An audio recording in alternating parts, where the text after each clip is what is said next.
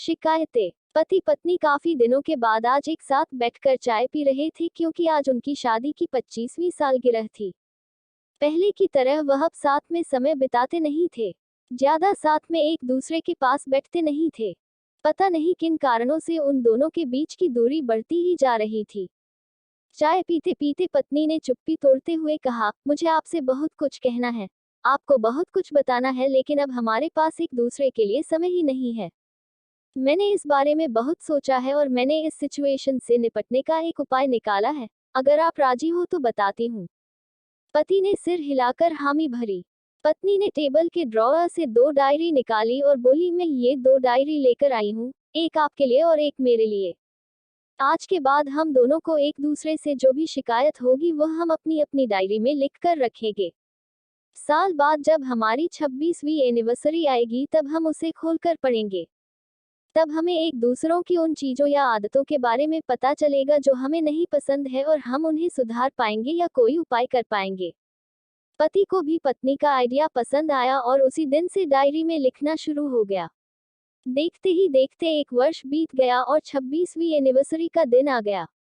पति पत्नी दोनों ही डाइनिंग टेबल पर बैठकर चाय पी रहे थे और पास में दोनों की अपनी अपनी डायरी रखी हुई थी जो उन्होंने एक दूसरे के साथ बदल दी। चाय खत्म करके पहले पति ने पत्नी की डायरी पढ़नी शुरू की।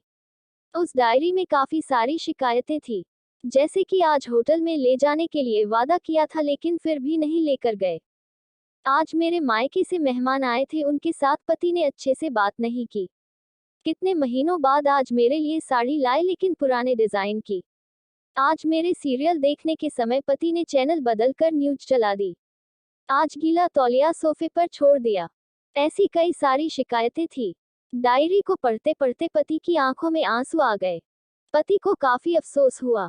वो अपनी पत्नी से बोला, मुझे इन गलतियों के बारे में एहसास ही नहीं था, लेकिन अब मैं तुमसे वादा करता हूँ कि ऐसी गलतियां मैं अब फिर से नहीं दोहराऊंगा। अब पत्नी ने पति की डायरी खोली। पत्नी ने डायरी के कई सारे पन्ने पलटे लेकिन वो पूरी तरह से खाली थी। कहीं पर भी एक शब्द भी नहीं लिखा था। पत्नी बोली, आपने तो डायरी में कुछ लिखा ही नहीं है। पति बोला, आखिरी पन्ना देखो, मैंने उसी पर लिखा है। उस पन्ने पर लिखा था, तुमने मेरे लिए और मेरे परिवार के लिए इतने सालों में जो त्याग किया है और हम सबको जितना प्यार दिया है उसके आगे मैं तुम्हारे खिलाफ इस डायरी में कुछ भी नहीं लिख सकता। और इससे भी जरूरी, मुझे कभी तुम में कोई कमी देखने की इच्छा हुई ही नहीं। ऐसा नहीं है कि तुम में कोई कमी नहीं है, लेकिन तुम्हारे प्यार, समर्पण और त्याग के आगे तुम्हारी कोई भी कमी बहुत छोटी है। मेरी अनगिनत गलतियों को नजरअंदाज करके तुमने इस कठिन जीवन में मेरे साए की तरह साथ दिया है और हमेशा मेरे साथ खड़ी रही। तुम ही बताओ, कोई भी अपने ही साए में दोष निकाले तो निकाले कैसे? अब पत्नी की आंखें नम थी।